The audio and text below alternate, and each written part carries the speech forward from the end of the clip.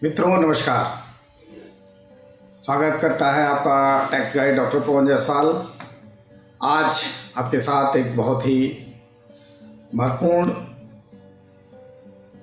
Issue पर चर्चा करना चाहता हूं।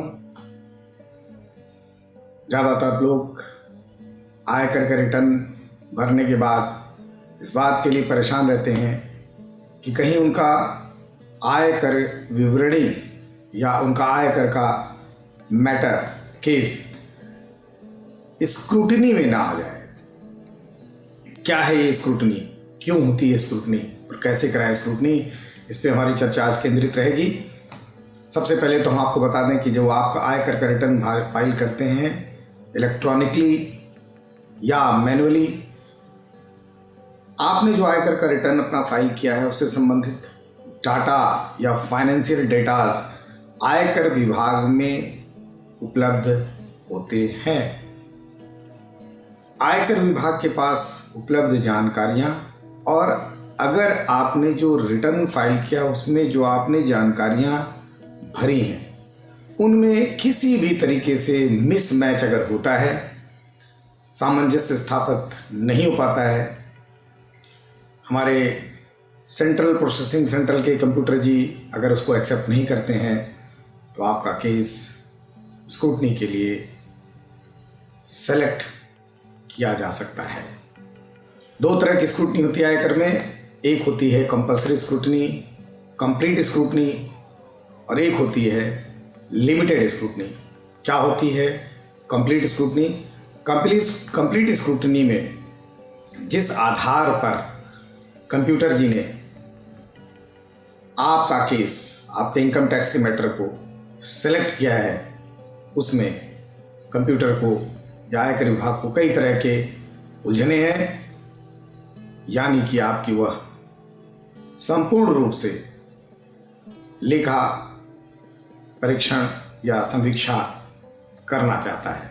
तो कंप्लीट स्क्रूटनी की नोटिस आपको जब मिलती है तो ऐसे में आप ने जो रिटर्न फाइल किया है उसके सापेक्ष, उसके समर्थन में समस्त सबूतों को, समस्त डॉक्यूमेंट्स को, समस्त निवेशों को, समस्त आय के स्रोतों को, बचत के, निवेश के संसाधनों को, cash book, ledger, journal, bill, voucher या कैश फ्लो स्टेटमेंट एवं पूंजी खाते बनाकर आप कंप्लीट स्क्रूटनी अपनी कराकर कर निर्धारित अधिकारी की संतुष्टि होने तक डेट पर डेट जो आपको मिलती जाएगी, सुनवाई का अवसर मिलता जाएगा, उस पर कॉम्प्लायंस करते हुए अपने आप केस को, कंप्लीट स्क्रूटनी को कंप्लीट कराकर अपने रिटर्न को एक्सेप्ट करा सकते हैं। यदि असेसमेंट के दौरान आयकर अधिकारी को आप संतुष्ट नहीं करा पाते हैं तो आयकर अधिकारी आपके असेसमेंट को, आपकी निर्धारित आय को बढ़ा सकता है या आपने जो अपना रिटर्न फाइल किया था उसके आधार पर आपको रिफंड ग्रांट कर सकता है या आपके लॉसेस को, जो आपने लॉस क्लेम किया उसको कम कर सकता है, आदि आदि। क्या होती है लिमिटेड स्क्रूटनी? जो सीमित स्क्रूटनी होती है वहाँ पर ऐसा हो सकता है कि आपने जो रिटर्न फाइल किया हुआ हो उस रिटर्न से तो आयकर विभाग मुतमईन है, संतुष्ट है, किंतु कुछ एक आध ऐसी इंफॉर्मेशंस हैं जो आयकर विभाग में उपलब्ध इंफॉर्मेशन से संपूर्णतया मिसमैच कर रही हैं। जैसे आपने जो टैक्स क्रेडिट TDS के रूप में ली है और जो 26AS में आयकर विभाग के पास रिकॉर्ड्स हैं उनमें अगर कोई अंतर है, आपने जितना अग्रिम कर बताया है जमा होने को या जितना स्वनिर्धारण कर दिखा रहे हैं, हो सकता है कि फॉर्म नंबर 26AS में आयकर विभाग के पास उतने डॉक्यूमेंट, उतने सबूत उपलब्ध ना हो। आपने जो टर्नओवर दिखाया है अपना, वो हो सकता है कि फॉर्म 26AS के टोटल क्रेडिट से मैच न कर रहा हो। ऐसा हो सकता है कि आपको गत वर्षों में रिफंड मिला और रिफंड पर ब्याज मिला और आपने ब्याज की धनराशि को income from other sources head में शामिल संगत वर्ष में न किया हो, आदि आदि। साथियों, जब आपको नोटिस मिले, चाहे वो कंप्लीट स्क्रूटनी के मिले या लिमिटेड स्क्रूटनी के मिले, तो घबराइए नहीं। फाइल, आयकर की फाइल निकालिए, फाइल में सारे सबूत लगाइए, कागजात लगाइए, और जिन तिथियों पर आयकर कर निर्धारण अधिकारी आपको अपने पास बुलाकर उन कागजों का सत्यापन रिटर्न के समर्थन में करना चाहता है, उसे कराएं।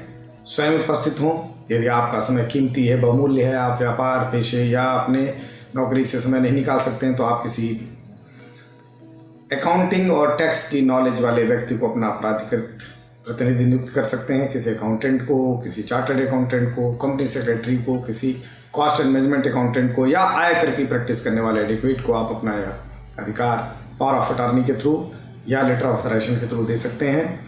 वह आयकर अधिकारी के सम्मुख या कर निर्धारण अधिकारी के सम्मुख जो डेट्स वो आपको देता है सुनवाई के लिए, उन पर उपस्थित होकर सारे कागजात, सारे सबूत, रिटर्न के समर्थन में सारे दस्तावेज जो जो वो मांगता है वो सब प्रस्तुत करें।